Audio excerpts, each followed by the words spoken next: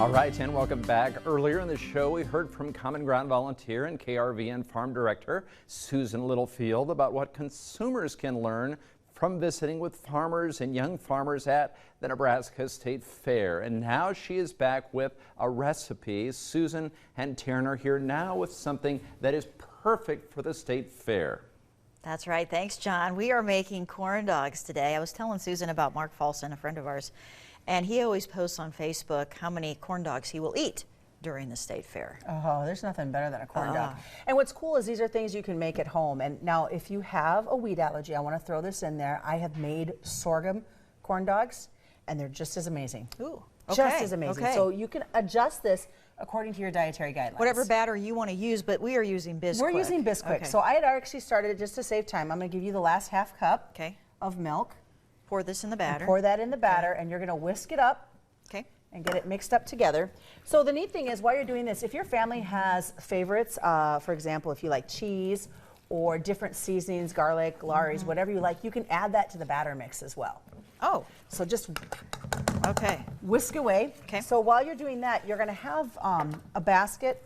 I just use a pie pan because it's easy to use. And you're going to put a little bit of milk in it. And I will start this process. So what you're going to do is you're going to soak your skewers in water for about 20 minutes, especially if you're going to be putting these in an air fryer like I did. Cut them to fit the length of your air fryer. And then what you're going to do is I'm going to start this in the milk for you, and then I'm going to pass it on to you. And this is fun because the kids can be a part of this. Go ahead and dredge it in the flour. The reason for the flour is it helps to hold the batter. Can you kind of sprinkle it over? You bet you can. Okay. And that's the fun part about kids like to get their hands dirty and get in there. And, perfect. But that allows the batter to stick better. So then go ahead and roll it in the batter. Roll it in the batter. Okay.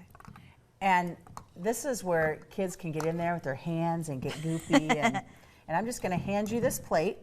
Okay. Perfect. All right. And then just let it set. Okay. And then you continue to do the process. And then you put it in your air fryer. You can, if you don't have an air fryer, you can throw it in your oven. But my first batch I messed up. I did it in the air fryer and I forgot to change the temperature. Please make sure you have it at least at 350. Don't do it at 400 because you will burn the hot dogs. But within 15 minutes, you've got corn dogs. Here we go. I'll give that a try.